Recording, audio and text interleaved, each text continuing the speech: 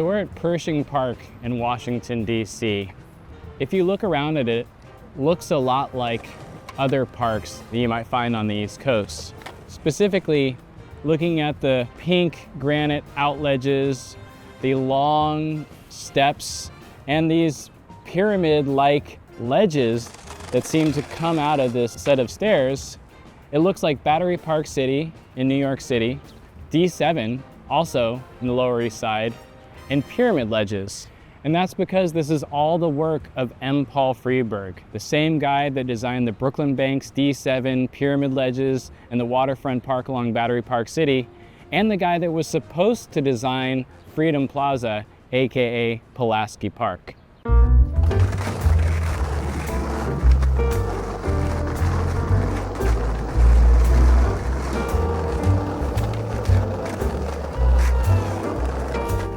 So the firm that actually ended up designing this plaza was Robert Venturi, Denise Scott Brown, with the landscape architect George Patton, all from Philadelphia.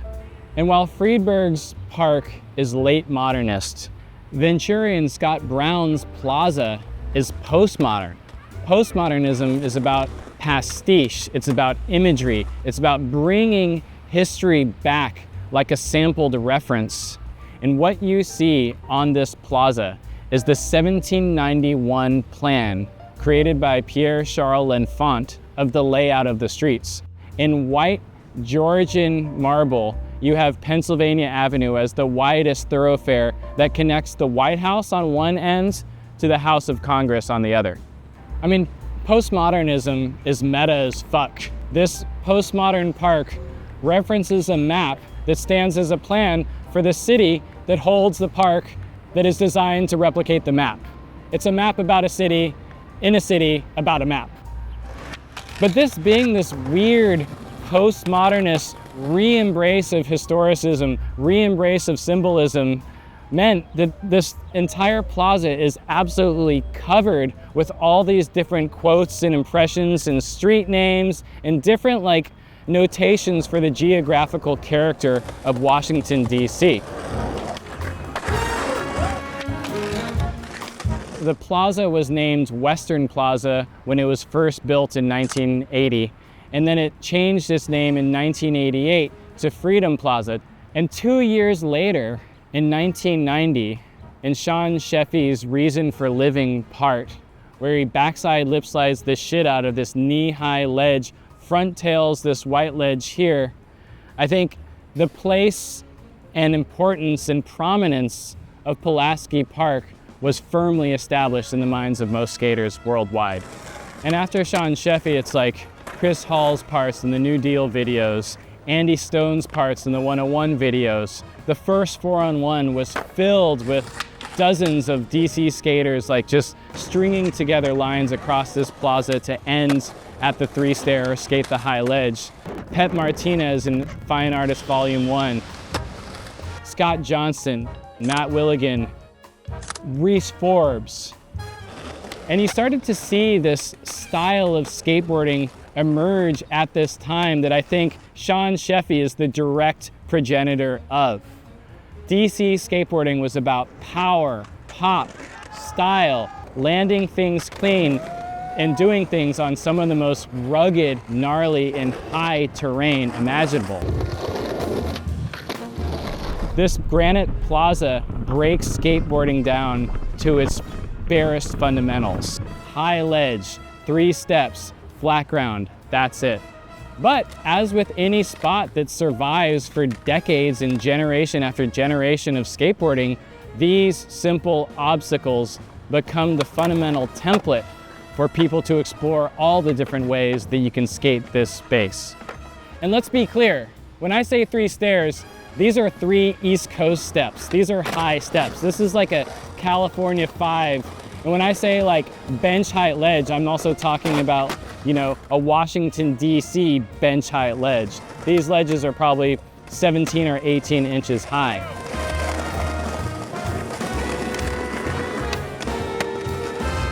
And that white ledge, the people like Brian Tucci and Darren Harper and Jason Dill and whoever else skate, is 6 East Coast steps high. waist high. It's almost a joke calling this thing a ledge. This isn't a ledge, this is a wall. This is the sort of thing that blocks people from moving up the steps. And this is what people skate.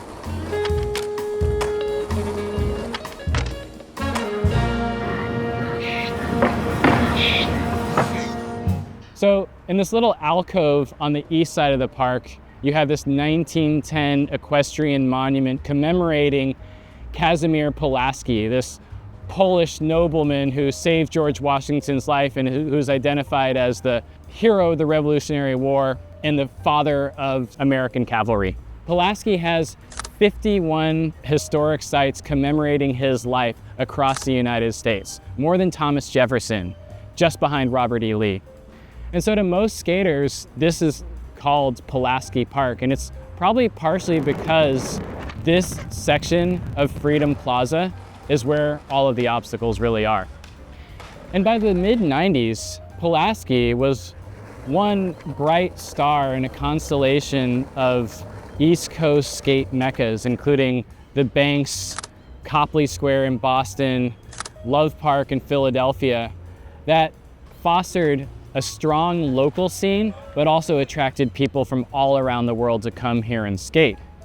And then in 1996, when the Pennsylvania Avenue Redevelopment Corporation was basically disbanded, control over this park was passed on to the National Park Service. And that's when security really started to clamp down on this park. If you watch that DC retrospective in the 4-in-1, they talk about how, like, Pulaski is a bust, RIP, no one can skate here. But little by little, you start to see newer, younger skaters starting to risk getting bused to skate here. And I'm talking about people like Bobby Warist, Darren Harper, and a slew of new DC locals that were inspired by their forebears but are skating this place in a new way, paying tribute to the rich history that this plaza holds.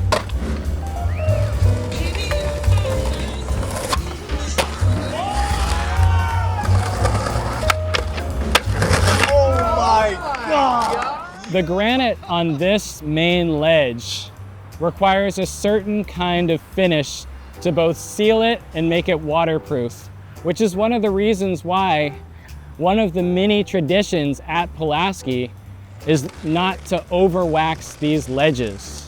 And because of this tradition of not overly waxing the ledges enforced by the locals, this ledge has acquired this perfect patina that's still rugged and harsh, but will grind and slide if you go fast enough and commit to your trick. And on the other hand, when you look at the surface of this Cherokee white Georgia marble here, you'll notice that it's more fine-grained, there's less quartzite than Texas granite, and the surface gets kind of powdery and rounded more evenly. It's like skate a spot for 30 years to understand the different qualities of how these ledges deteriorate over time. And when you come here in summer or on a really sunny day, one thing that becomes painfully obvious real quick is the fact that this entire plaza has no trees. The only trees that you can find are on either side of the plaza that have been planted here in this little section called the dugout. And in the last 15 years or so, people have started to skate this ledge and then gap off the ends over the three-stair into the dugout below.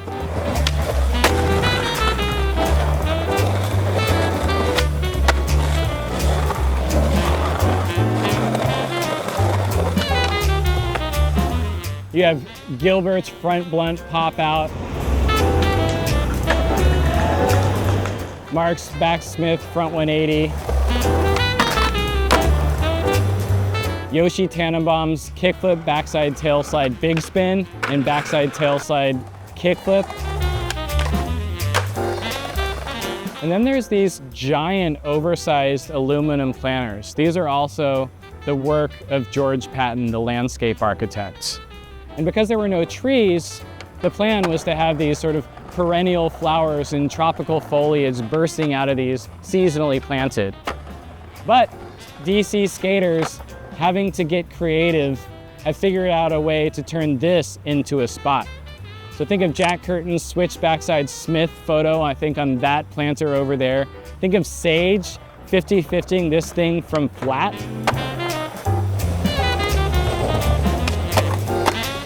Because of the austere, stark simplicity and the perfection of these obstacles, this plaza and this scene in this city has fostered a tradition of untouchable skateboarding, from Pep Martinez to Reese Forbes,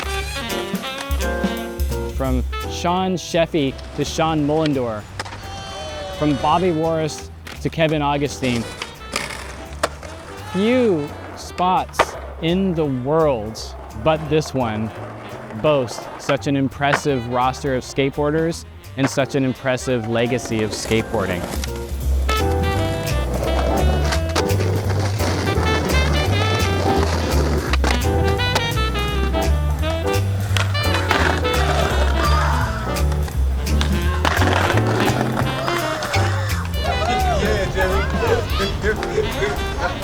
This scene thrived against the odds. This scene thrived when skateboarding was illegal in one of the most conspicuous parts of one of the most highly visited cities in the world.